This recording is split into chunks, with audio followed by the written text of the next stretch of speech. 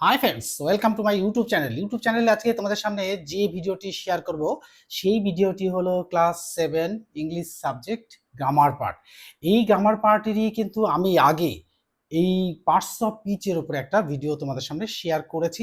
আজকে কিন্তু এই পার্টস অফ পিচেরই কিন্তু সেকেন্ড পার্ট মানে হচ্ছে আজকে আমি লিখেছি যে parts of speech for class 7, অর্থাৎ parts of speech practical for class 7 এই 2025। তা দেখো, এই class 8 subject English grammar part 2 parts of speech, আজকের টপিকটি হবে পার্টস অফ পিচ প্র্যাকটিক্যাল। আমরা থিওরিতে পড়েছি পার্টস অফ পিচ কাকে বলে, পার্টস অফ পিচকে কয় ভাগে ভাগ করা যায়, কি কি, এবং সেই সম্পর্কেও কিন্তু আমরা আগে জেনেছি। কিন্তু আজকে কিন্তু আমরা সেই ডেফিনেশনগুলো তো পড়েছি, তার সাথে সাথেই আমরা কিন্তু এক্সাম্পল দু একটা পড়েছি। কিন্তু আজকে আমরা পড়বো একদম প্র্যাকটিক্যালি শিখে নেব যে পার্টস অফ পিচ দিলে পরে আমাদের কি কি করতে হবে। তা আমাদের সেই করণীয় বিষয়টাই কিন্তু আজকে তোমাদের সামনে শেয়ার করব। তার আগে বলবো, আমাদের সেকেন্ড সামেটিভ পরীক্ষাটা শেষ হয়ে গেছে। এই সেকেন্ড সামেটিভ পরীক্ষা শেষের পরেই আমাদের কিন্তু ফাইনাল টার্ম চলে আসবে, অর্থাৎ থার্ড সামেটিভ মানে ফাইনাল। এই ফাইনাল পার্ট পড়ার আগেই কিন্তু আমাদের দরকার এই গ্রামার পার্টটাকে তৈরি করে রাখা। তাই যারা 7-এ পড়ো তারা অবশ্য করেই কিন্তু এই পার্টস অফ পিচ ভিডিওটা দেখবি। আর কি করবি, এই পার্টস অফ পিচ ডেফিনেশনগুলো যেভাবে আমি বলেছিলাম সেইভাবেই তো করবেই, লিখবেই। আর তার সাথে সাথে যদি parts of speech fill up দেয় তাহলে কিন্তু আমাদের একটু সমস্যা এসেই যায়। সেই সমস্যাটা দূর করার জন্যই কিন্তু আজকে কিন্তু এই ভিডিওটা। তার আগেও আরো একটু বলবো যে আমাদের কিন্তু সামনে কিন্তু বড় একটা ছুটি, অর্থাৎ পুজোর মাস পড়ে যাচ্ছে। পুজোর মাস মানে সব ছাত্রছাত্রী, সব ধর্মের মানুষদের কিন্তু এই উৎসবটা কিন্তু সকলের জন্য। দেখুন, যারা হিন্দু ধর্মাবলম্বী, তারা তারা যারা মুসলিম খ্রিস্টান যাই হোক না কেন, সবাই অনুষ্ঠান মানেই সবাই একত্রিত হবে, আনন্দ করবে। তাই আমি বলবো সেই আনন্দের মাসটাকে ঠিকভাবে উপভোগ করার জন্যই কিন্তু আজকে এই ভিডিওটা। তাহলে পুজোর আগে যদি আমরা এটাকে শেষ করে নিতে পারি তাহলে কিন্তু আমাদের খুব সুবিধা হয়। তাহলে চলো আমরা শুরু করি কি দিয়ে, পার্টস অফ পিচ দিয়ে। তা প্রথমে আমি বলেছি যে এই পার্টস অফ পিচকে, অর্থাৎ পার্টস মানে অংশ আর স্পিচ মানে বাক্য। তাহলে এই পার্টস অফ পিচ মানে বাক্যেরই অংশ বিশেষ। এই বাক্যেরই অংশ বিশেষ কি কি হতে পারে? Noun, pronoun, adjective, verb, adverb, preposition, conjunction and interjection. এই 8টা ভাগেই কিন্তু আমরা ভাগ করতে পারি। Noun, pronoun, adjective, verb, adverb, preposition, conjunction আর ইন্টারজেকশন। এই সমস্ত পার্ট থেকেই কিন্তু আমি একটা দুটো করে উদাহরণ দিয়ে তোমাদের বোঝানোর চেষ্টা করব। আর হেডিংয়ে দেবো fill in the blanks with parts of speech. তাহলে এখানে কিন্তু আমাদের কিন্তু দেওয়া থাকবে না parts of speech. Parts of speech দেওয়া থাকবে না। আমরা যে ছোট ক্লাসে পড়ি তা তো নয়, আমরা কিন্তু উঁচু ক্লাসে পড়ি। তাই আমরা বলবো যে পার্টস অফ পিচ কিন্তু দেওয়া থাকবে না, কিন্তু আমাদেরকে ঠিক করে পার্টস অফ পিচ, কোন পার্টস অফ পিচটা বসলে পরে সেটা সুইটেবল হবে সেটাই কিন্তু আজকে দেখার বিষয়। তাই পার্টস অফ পিচ যদি ব্র্যাকেটের মধ্যে দিয়ে দেয় তাহলে কিন্তু আমাদের সুবিধা হয়, কিন্তু সেটা করবে না ক্লাস 7 সেহেতু আমাদের মনের থেকেই কিন্তু ঠিক করতে হবে পার্টস অফ পিচ দিয়ে ফিল আপ করতে হবে। তো তার আগেই আমাদের জেনে নেওয়া উচিত যে পার্টস অফ পিচ কাকে বলে, পার্টস অফ পিচ কি কি। আগের ভিডিওতে তোমাদের সামনে শেয়ার করেছি। এই পার্টটা কিন্তু আগের ভিডিও থেকেই দেখে নেবে। আর আজকে কিন্তু আমি সেই পার্টস অফ পিচেরই অংশ বিশেষ করে অংশগুলো, যে অংশগুলো দিয়ে ফিল আপ করতে হবে সেটাই তোমাদের সাথে শেয়ার করবো। তাহলে চলো দেখো, এখানে লিখি ফিল। 1 নম্বর কোশ্চেনে লিখি feel, FILL, fill up, WITH, with parts, PARTS, parts of, OF, SPEECH, pitch. এই পার্টস অফ পিচ দিয়ে কিন্তু আমাদের এই ফিল আপটা করতে হবে। আমরা অনেকগুলো উদাহরণ দিয়ে আমরা পড়বো, পড়ার পরেই কিন্তু দেখে নেব যে কিভাবে আমাদের এটা পার্টস অফ পিচটা ফিল আপ করতে হবে। তাহলে এই পার্টস অফ পিচ মানে কি, এখানে এই 8টা জিনিস দিয়েই করতে হবে। 8 part, PARTS, parts. 8 parts of speech দিয়ে কিন্তু করতে হবে কি কি? Noun, pronoun, adjective, verb, adverb, preposition, conjunction and interjection. তো দেখো, আমরা একটা একটা করে চলে যাই। আমরা অত ডেফিনেশনে যাব না, কারণ হচ্ছে কি, অত ডেফিনেশনে গেলে পরে আমরা আবার একটু বোরিং হয়ে যাব। তাই আমি বলবো যে সরাসরি আমরা চলে যাবো একেবারে পার্টস অফ পিচ দিয়ে ফিল আপ করতে।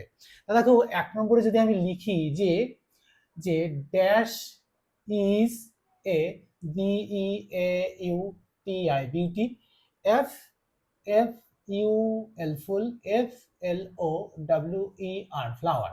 তো দেখো, এখানে dash is a beautiful flower এটা লেখার আগেই আমরা লিখে ফেলবো, বুঝে নেবো যে এই dash is a beautiful flower, এখানে একটা কিসের নাম দিতে, ফ্লাওয়ারের নাম দিতে হবে। কি ফ্লাওয়ার? একটা এবার আমরা নিজে থেকেই চয়েস করে লিখবো যে কি দিতে হবে। তাহলে দেখো ফুলের রানী হচ্ছে রোজ, তাহলে আমরা রোজ দেবো। এই দেখো ROSC রোজ। তাহলে এই রোজ ইজ এ বিউটিফুল ফ্লাওয়ার, এটা দিয়ে কিন্তু আমরা ফিল আপটাকে করে ফেলতে পারলাম। তো দেখো এরকম যদি আরো যদি 2 নম্বর দিয়ে dash is O U R our dash is O U R R N A T I O N A L national FLOWER flower। কিন্তু দেখো dash is a dash is our national flower, এটা কিন্তু আমরা সবাই জানি, এটা common বলে মনে হচ্ছে, কিন্তু আমাদের যদি এরকম দিয়ে দেয় ফিল আপে তখনই কিন্তু ন্যাশনাল ফ্লাওয়ারের নামটা আমরা জানি, কিন্তু সেই ন্যাশনাল ফ্লাওয়ার দিয়ে কিন্তু এটা ফিল আপ করতে হবে। দেখো কি লিখবো, lotus LOTUS lotus, lotus is our national flower. তাহলে এখানে দেখো আমি কি দিয়ে ফিল আপ করছি, নাউন দিয়ে ফিল আপ করছি। তাহলে নাউন দিয়ে ফিল আপ করতে গেলে আমরা রোজ ইজ এ বিউটিফুল ফ্লাওয়ার করেছি, আবার এখানে করলাম lotus is our national flower. তাহলে নাউনের উদাহরণগুলো দেখো, আরো নাউনের উদাহরণ দেখো, যে কোনো একটা নাম দিয়ে দেখো ড্যাশ ইজ, ড্যাশ ইজ না লিখে আমি ওয়াজ লিখি, dash was WAS was GREAT great POET poet. দেখো এই dash was a great poet, তো গ্রেট পোয়েটের নামটা মনে পড়তেই আমাদের কিন্তু প্রথমেই পড়ে যায় নামটা কি, গ্রেট পোয়েট রবীন্দ্রনাথ টেগর। তাহলে Rabindranath Tagore was a great poet. তাহলে আমরা কি দিয়ে ফিল আপ করলাম, একটা নাম দিলাম, এই নামটাই কি, এই নামটাই হচ্ছে নাউন। তাহলে পার্টস অফ স্পিচের নাউন দিয়ে আমরা বুঝে ফেললাম। দেখো তাহলে লিখবো রবীন্দ্রনাথ টেগর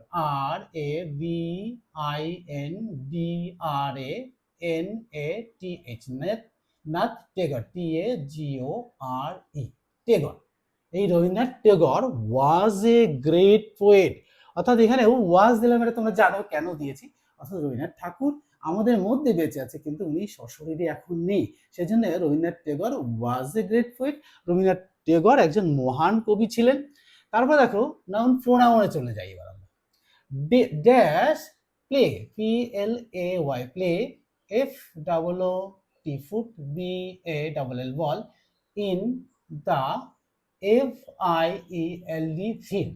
দেখো dash play football in the field, তাহলে ড্যাশ দেখো যে কোনো একটা প্রোনাউন দিয়ে করতে হবে, তা প্রোনাউন দিয়ে করতে গেলে দেখো প্লে দিয়ে দিয়েছি, তাহলে আমরা রুলস অনুযায়ী কিন্তু আমরা third person singular number use করতে পারছি না। কেন না, এখানে হ্যাঁ I play football in the field, এটা আই হতে পারে, আই প্রোনাউন, তাহলে দিয়ে play football in the field, তাহলে প্লে ফুটবল, ফুটবল তো একা একা খেলা যায় না, তো ফুটবল খেলার জন্য অনেকজন কি লাগে, প্লেয়ার্স লাগে, সেই জন্য আমরা এখানে সুইটেবল হিসাবে লিখবো দে THEY দে। তাহলে they play football in the field. তাহলে দেখো এখানে কিন্তু গ্রামাটিক্যাল কোনো ভুল হলো না, আই লিখলেও হতো আর উই লিখলে উই প্লে ফুটবল লিখলেও হতো রুলস অনুযায়ী। যে দেখো এখানে যদি ভার্বে এস বা ইএস থাকতো তাহলে কিন্তু আমরা দিতেই হতো, যদি এখানে একটা দিয়ে দিই চালাকি বুদ্ধি করে, যদি এখানে প্লেস দিয়ে দিতাম তাহলে কিন্তু আমরা এখানে দিয়ে লিখতে পারতাম না। এদিকেও কিন্তু একটু খেয়াল রাখতে হবে, তো সব দিকে যদি আমাদের একটু খেয়াল না রাখি তাহলে কিন্তু এই গ্রামারে মিস্টেক হতেই থাকবে, লিখে আসবো বাট অ্যান্সারটা কারেক্ট হলো না, কারেক্ট না হওয়ার জন্য নাম্বার পেলাম না। তাই আমরা পারফেক্ট ভাবে যদি ইংলিশ গ্রামারটা শিখে নিই তাহলে সুবিধা হয়। দেখো একটা চালাকি বুদ্ধি করেই করে দিই, দেখো ফাইন, দেখো dash COOKS cooks in the kitchen KITCHEN kitchen. দেখো এইখানে সেই চালাকি বুদ্ধিটা খাটিয়ে দিয়েছি। তো চালাকি বুদ্ধিটা কি, ড্যাশ কুকস, এই কুকস কে দিয়ে কুকস হবে না, হবে না, তাহলে এই কুকস মানেই হচ্ছে রান্না করা, কিন্তু এই এস যোগ করার মানেটা কি জানো, এই এস যোগ করার মানেটাই হচ্ছে ভার্বের সঙ্গে এস বা ইএস যোগ করে কখন, তখন যখন নাকি কি হয় subject third person singular number হয় তখনই কিন্তু এই ভার্বের সঙ্গে এস বা ইএস যোগ হয়। তাই according to rules when the subject is third person singular number we add s or es with the verb, so we use third person, সাবজেক্টে থার্ড পারসন লিখতেই হবে। তাহলে কি লিখবো, মাই ফাদার লিখতে পারি, মাই মাদার লিখতে পারি। তো সুইটেবল হিসাবে আমরা রান্না করে মায়েরাই, সাধারণত মায়েরাই রান্না করে, তাই মাই মাদার লিখবো। My mother, M Y, my M O T H E R, mother, my mother cooks in the kitchen. তাহলে দেখো আমার প্রোনাউনটা হয়ে গেল। তাহলে নাউন, প্রোনাউন, তারপর দেখো অ্যাডজেক্টিভ। 6 চলে যাবো আমরা অ্যাডজেক্টিভ। তাহলে প্রোনাউন হয়ে গেল, নাউন হয়ে গেল, অ্যাডজেক্টিভ দিয়ে। তো অ্যাডজেক্টিভ দিয়ে করবো কিরকম ভাবে? দেখো অ্যাডজেক্টিভ তো বসানো আমরা জানি, অ্যাডজেক্টিভ মানে কি? ডেসক্রাইবিং ওয়ার্ড, অর্থাৎ নাউন বা প্রোনাউনকে ডেসক্রাইব করলে সেটা অ্যাডজেক্টিভ হয়ে যাবে। তাই দেখো আমরা খুব সহজেই ড্যাশ, দেখো দেখো rose, R O S E, rose is a B E A U T I F U L, beautiful, F L L O W E R, flower, F L O W E R, flower. কিন্তু আমাদের sentence লেখার সময় দেখো একটুখানি একটু mistake হয়ে যাবে, আনসারটা লিখে ফেলেছি। দেখো এইখানটায় ড্যাশটা হবে, হ্যাঁ। তো দেখো রোজ ইজ এ বিউটিফুল, দেখো অ্যাডজেক্টিভ দিয়ে ফিল আপ করবো তো, তাই দেখো রোজ is A, rose is a dash flower. এবার আমরা ভাবছি যে রোজ তো একটা নাউন, হ্যাঁ, কিন্তু নাউনেরই ডেসক্রাইব করবো, তাহলে ডেসক্রাইব না করলে তো আমরা তো বললাম আমি ডেসক্রাইব করবো, সেই জন্য বুঝেছি। কিন্তু যখন সেন্টেন্সের মধ্যে দেবে পরীক্ষায় অনেক পার্টস অফ স্পিচ দিয়ে ফিল আপ করতে হবে, তখন কিন্তু আমাকে ভেবেই নিতে হবে যে রোজটা কিন্তু একটা নাউন, একটা ফুলের নাম। তাহলে রোজকে কি করতে হবে? রোজ is a dash flower, big flower না, এটা সুইটেবল হচ্ছে না, স্মল ফ্লাওয়ার না, এটাও সুইটেবল হচ্ছে না। তাহলে rose is a beautiful flower, B E A U T I F U L, beautiful, হ্যাঁ, বিউটিফুল ফ্লাওয়ার। তাহলে দেখো এখানে rose is a beautiful flower লিখলাম, এবার রোজের বর্ণনাটা পেয়ে গেলাম, আর কি হলো? ডিসক্রাইব করা হলো। তাহলে আমরা এইখানে অ্যাডজেক্টিভটা পেয়ে গেছি। তারপর দেখো 7, দেখো I H A V, have a dash C A R, car. আমি ছোট ছোট করে সেন্টেন্স লিখছি, মানে যে সেন্টেন্সগুলো তোমাদের পড়তে সুবিধা হবে, তোমাদের বুঝতে সুবিধা হবে। যে এইটাই যে পরীক্ষায় আসবে এমন নয়, আমি এটা বলছি না, আমি বলছি যে এটা যেটা নাকি যে আমাকে ব্যাপারটাকে ঠিক কনসেপ্টটাকে বুঝে নিতে হবে। তো কনসেপ্টটাকে যদি আমি ঠিকঠাক ভাবে বুঝে নিই তাহলেই কিন্তু আমরা এটা করতে পারবো, আদারওয়াইজ কিন্তু আমরা করতে পারবো না। সো হ্যাঁ, সেই কারণের জন্যই দেখো আমি কি করেছি, আমি ছোট ছোট সেন্টেন্স দিয়ে করছি যাতে তোমাদের বুঝতে সুবিধা হয় এবং তোমরা সহজেই বুঝে যাও। দেখো তাহলে I have a dash car, কি বলেছি? ফিল আপ উইথ অ্যাডজেক্টিভ দিয়ে। I have a nice car, N I C, nice car. এই নাইস কার, দেখো I have a nice car. তাহলে আমি খুব সহজেই বোঝাতে পারলাম যে এখানে অ্যাডজেক্টিভটা ব্যবহার করে দিলাম, তাহলেই কিন্তু আমাদের হয়ে গেল। তাহলে দুটো দেখো অ্যাডজেক্টিভের মধ্যে দিয়ে দুটো আমরা করে ফেলেছি। এবার চলে আসবো আমরা কিসে? ভার্বে। দেখো আর এখানে একটা লক্ষ্য করতে হবে, দেখো প্রত্যেকটা সেন্টেন্সের শেষেই কিন্তু দেখো একটা জিনিস লক্ষ্য করতেই হবে, যেটা লক্ষণীয় বিষয়, এটা না হলে কিন্তু পরীক্ষার নম্বরটা কিন্তু আমাদের কমেই আসবে। তাই আমি বলবো যে সেন্টেন্স লেখার যে ফিচার্সগুলো এটাকে কিন্তু মাথায় রাখতে হবে। কি সেই সেন্টেন্সের features? Every sentence begin with capital letter, ends with a full stop, question mark or exclamation mark. এগুলো ছাড়া কিন্তু সেন্টেন্স হবে না। আর একটা কি? In sentence every proper noun always begin with capital letter, অর্থাৎ প্রপার নাউন হলে পরে সেটা বড় হাতের হবে। ঠিক জাস্ট লাইক দেখো, এই দেখো রবীন্দ্রনাথ টেগর, হ্যাঁ, প্রপার নাউন। তো যদি আমাদের মাঝখানে যদি একটা থাকে প্রপার নাউন, তো একটা ওরকম একটা উদাহরণ দিয়ে দিই তাহলে সহজেই বোঝা যাবে। দেখো দেখো we, we L I V, live, we live in dash. দেখো এখানে একটা উদাহরণটা অন্য ধরনের হলো, উই লিভ ইন ড্যাশ।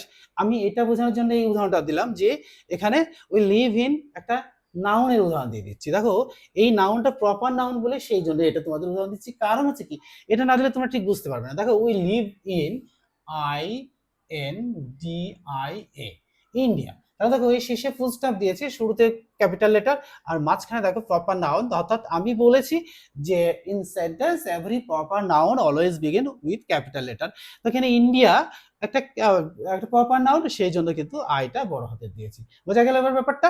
এইবার চলে আসি আমরা নাউন প্রোনাউন অ্যাডজেক্টিভ ভার্বে চলে আসি। দেখো ভার্ব, দেখো কি verb is a doing word or action word. এখানে একটুখানি লক্ষণীয় বিষয়টা কি, যে আমরা যখন ভার্ব পড়বো, এই ভার্ব পড়ার আগে আমাদের একটুখানি পেছনের দিকে অর্থাৎ প্রিভিয়াস ক্লাসগুলোর দিকে চলে যেতে হবে। তো এই প্রিভিয়াস ক্লাসে যদি আমরা চলে যাই, গিয়ে দেখবো যে সেন্টেন্সের একটা লেখার একটা রুলস আছে, অর্থাৎ সেন্টেন্সের দুটো পার্ট থাকবে, একটা থাকবে সাবজেক্ট, একটা থাকবে প্রেডিকেট পার্ট। এই প্রেডিকেট পার্টের মধ্যে কিন্তু একটা ভার্ব থাকবে। Without verb we cannot make any sentence. So every sentence has a verb. Without verb we cannot make a sentence. তা দেখো আমরা এই ভার্বটাকে কি, ভার্বটা হচ্ছে doing word or action word, maybe verb to be, verb to have. তাহলে দেখো দেখো I I I dash on the BLACK black BOARD board. দেখো I dash on the blackboard. দেখো আমি এখানেই উদাহরণ দিয়েছি সুন্দরভাবে। দেখো উই বা আই রাইট, দেখো WRITE right, I right on the blackboard. তো আমি এখানে ব্ল্যাকবোর্ডে লিখছি না, আমি লিখছি কিসে, একটা হোয়াইট বোর্ডে। এখানে যদি তুমি হোয়াইট বোর্ড দিয়ে দাও, WHIT হোয়াইট BOARD বোর্ড, এটাও কিন্তু হয়ে যাবে। আজকের এই উদাহরণের মধ্যে দিয়ে হয়ে গেল। তাহলে I right on the blackboard or white board, আমি কিসে লিখছি, আমি লিখছি সাদা বোর্ডের উপরে অথবা কালো বোর্ডের উপরে। ঠিক আছে, তারপরে দেখো 10 নম্বর উদাহরণে দেখো আরেকটা ভার্ব দিয়ে দেখি।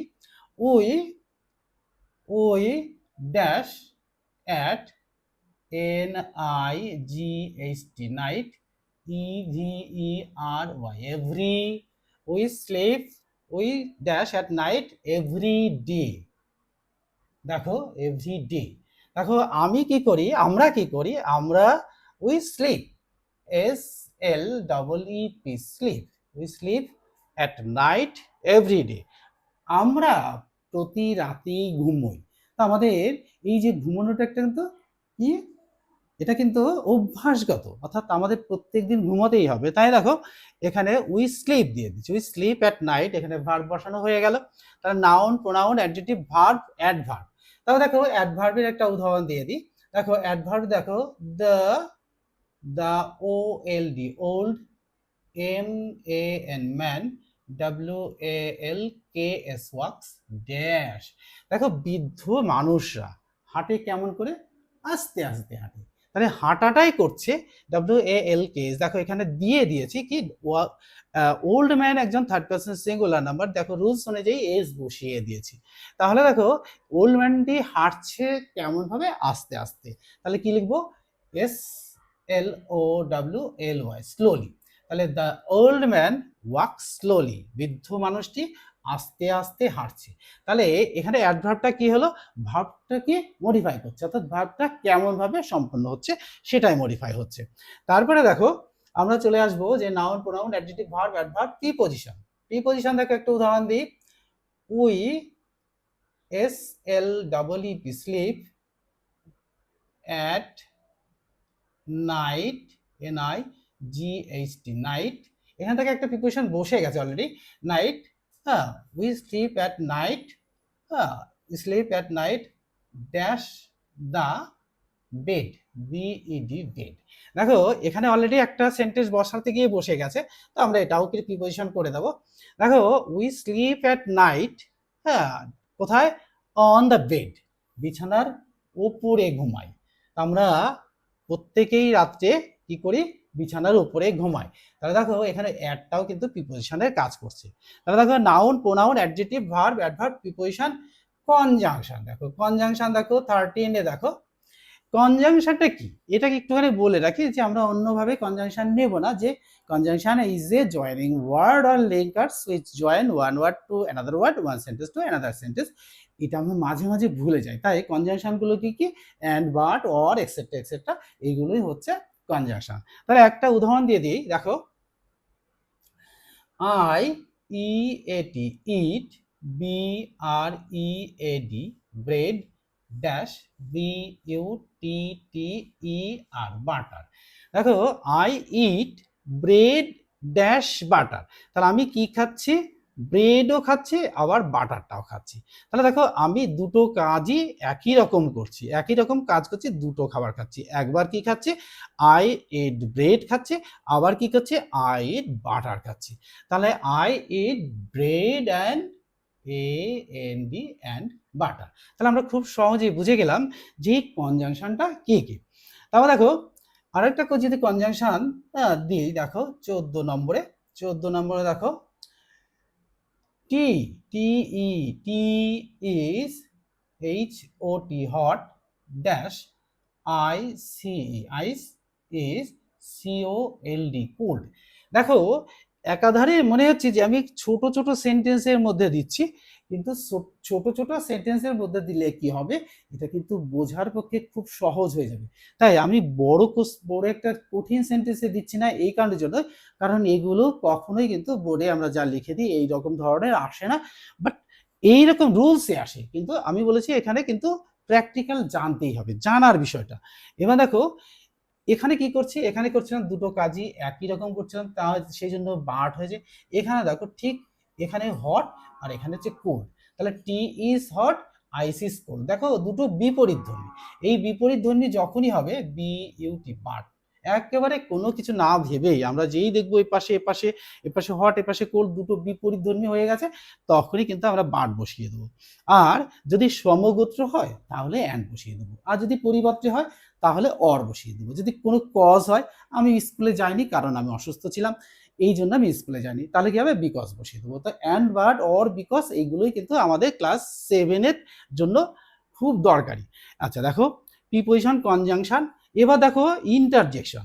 কনজাংশন চলে গেল, ইন্টারজেকশন দেখো, ইন্টারজেকশনটা আমি এখানে লিখবো, এখানে লিখি। দেখো ইন্টারজেকশন 15 দেখো ইন্টারজেকশনে কি হবে, ইন্টারজেকশন দেখো কিরকম হবে, sudden feelings and emotion of the mind. তাহলে দেখো কি হবে, একটা উদাহরণ দিয়ে দিই, দেখো dash dash we have won the match, we W E we H A V E have, W O N won, T H E D M A T C H match. দেখো ইন্টারজেকশনটা কিরকম, ইন্টারজেকশন হচ্ছে আমরা জেনেছি যে interjection is a word which কি করে, sudden feelings and emotion of the mind, অর্থাৎ sudden feelings and emotion of the mind are call interjection. তো আমরা কখনো দুঃখ পাই, কষ্ট পাই, আনন্দ পাই, এইগুলোকেই বলা হয় ইন্টারজেকশন। তাহলে আমরা যখন খেলায় জিতি তখন কি হবে, hurrah, H U R R A H, H U R R A H, হুরের পরে দেখো, হুরের পরে একটা এরকম চিহ্ন থাকবে, এই যে ঠিক দেখো, এই যে এই চিহ্নটা থাকবে, এই চিহ্নটা থাকা মানেই কিন্তু এটা ইন্টারজেকশন। হ্যাঁ, ইন্টারজেকশন কিন্তু হয়ে যাবে। তাহলে দেখো হুররে, কি আনন্দ, we have won the match, আমরা খেলায় জিতেছি।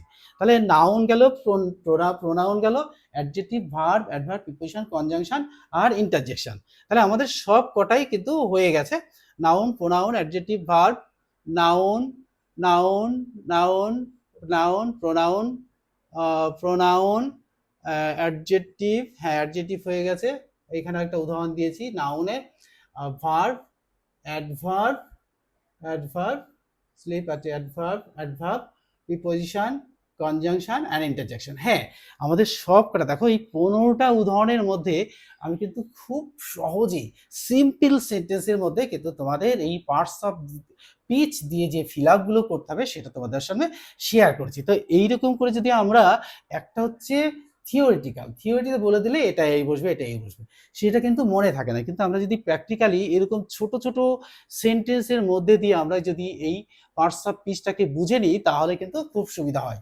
তাহলে আজকের এই ভিডিওটি তোমাদের কেমন লাগলো তা অবশ্যই কমেন্ট বক্সে জানাবে, আর বন্ধুদের মধ্যে শেয়ার করে দেবে। বন্ধুদের মধ্যে শেয়ার করে দিলেও বন্ধুরাও কিন্তু জানতে পাবে, তারাও উপকৃত হবে, আর আমিও কিন্তু এরকম মজাদার ভিডিও নিয়ে তোমাদের সামনে আবার হাজির হতে পারবো। আজকের মতো তাহলে এখানেই শেষ করছি। Good bye friends.